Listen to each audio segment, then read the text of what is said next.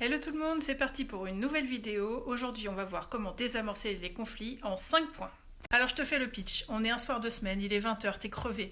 T'as bossé toute la journée, tes enfants sont fatigués, t'as plus rien dans ton frigo, tu vérifies, t'as 3 carottes, 2 poireaux, tu décides de faire de la soupe. Et là, tu la portes à table, c'est la cata. Ton mec fait la gueule, tes enfants soufflent, ça n'a pas l'air d'être l'extase totale à la vision de ta bonne soupe. Alors là, tu as deux solutions. La première, c'est soit de réagir. J'entends pas réagir, foncer dans le tas, défoncer tout le monde, ou arrête de réagir justement et bouffer du chocolat. Bouffer du chocolat quand tout le monde sera couché et que toi, tu auras une seule chose à faire, t'en prendre à toi-même pour digérer cette émotion. Ou alors, deuxième solution, tu regardes ma vidéo. Le premier point pour désamorcer le conflit, c'est respirer. Tu sens qu'il y a une situation compliquée, tu as des faits devant toi, les gens n'ont pas l'air hyper ok avec ta soupe, tu choisis de respirer, de faire le point un peu sur les solutions possibles à envisager, tu fais un petit pas de côté. Deuxième point, la vision du monde. Il faut savoir qu'on a tous une vision du monde différente. On a tous un cadre de référence, un cadre de pensée en lien avec notre éducation, notre religion, nos expériences, nos familles, et personne n'a le même cadre de pensée. Nous avons tous une vision du monde différente. Donc une fois que tu as respiré et que tu t'es dit « Ah, mais peut-être que la vision des autres n'est pas la même vision que moi », alors maintenant, nous allons questionner cette vision du monde. Et c'est là qu'intervient l'outil questionnement. Écoute, questionnement, c'est poser des questions pour vraiment comprendre ce que pense l'autre. Il y a des questions qui n'appellent pas vraiment à une réponse. Il y a des questions en mode mitraillette et en fait l'autre ne peut absolument pas en placer une. Donc là l'idée c'est de comprendre pourquoi les autres réagissent de cette façon-là. Tu questionnes et après tu écoutes la réponse. Et il peut y avoir plein de raisons différentes qui ne sont pas juste ta soupe est dégueulasse.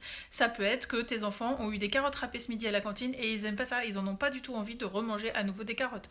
Ça peut être que ton mec avait une dalle d'enfer et il voulait manger plus que de la soupe. Mais toi, si tu prends pas le temps de cette étape pour comprendre l'autre, tu vas direct aller dans le qu'est-ce qu'elle a ma soupe, je suis pas une bonne cuisinière et je suis pas capable de nourrir ma famille et dans mon éducation la mère elle doit savoir faire ça et qu'est-ce qui va se passer si mes enfants mangent pas. Bref, ça ce sont tes histoires. C'est un peu comme si tu étais un pilote d'avion. Tu sais qu'il y a une tempête qui arrive, si tu t'en réfères uniquement à tes émotions, et ben peut-être que tu fais demi-tour, tu rentres chez ta mère. Mais en vrai, c'est pas ça. Tu as une responsabilité, donc tu dois faire le point. Tu regardes tes radars, t'appelles la tour de contrôle, enfin je sais pas, moi j'ai jamais conduit un avion, tu demandes au copilote ce qu'il en pense, tu regardes où est la tempête, à quelle altitude, quelles solutions seront les meilleures pour atteindre l'objectif qui est d'arriver à bon port. Donc une fois que tu as respiré, que tu as questionné la vision du monde, que tu as écouté, il y a un quatrième outil qui est la reformulation. La reformulation, c'est s'assurer que tu as bien compris ce que voulait dire l'autre. Donc ça pourrait être des phrases du genre « Si je comprends bien, ce soir t'avais la dalle et quand je te présente ma soupe avec 3 carottes et 2 patates, tu te dis je vais avoir faim et c'est pas cool ». Soit la personne en face de vous reprécise en disant mais non c'est pas complètement ça, j'avais pas très envie de faire ci, bref voilà, et reprécise, soit il te dit exactement c'est ça.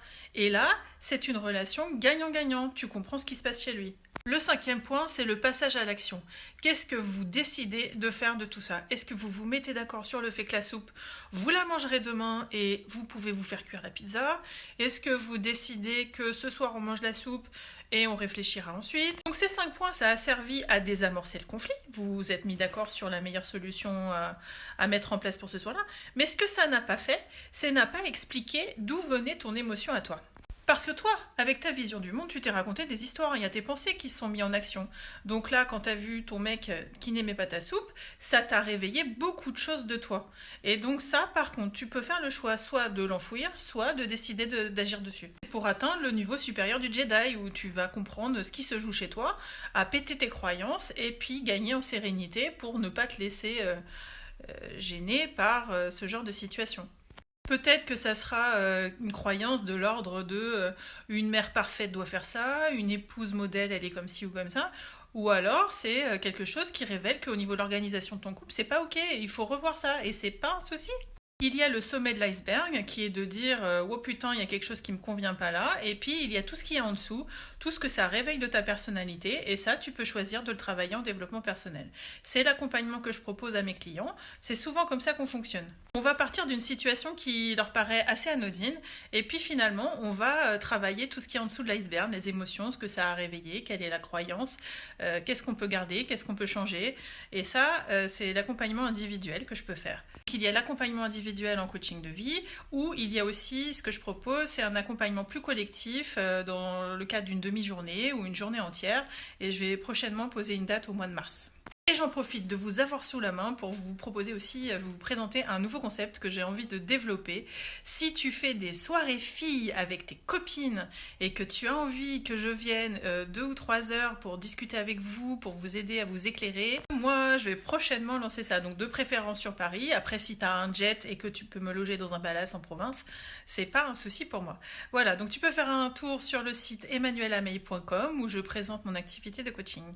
En ce qui concerne le désamorçage de la crise en 5 points, c'est valable dans ta vie privée, c'est valable dans ta vie perso, c'est valable avec tes enfants, ton ado, ton mari, tout le monde. Le fonctionnement, c'est le même pour tout le monde. Un pas de côté, vision du monde, questionnement, écoute, reformulation et action commune pour que tout le monde soit gagnant-gagnant.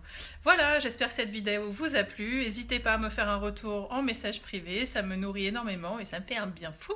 Et je vous dis à la semaine prochaine.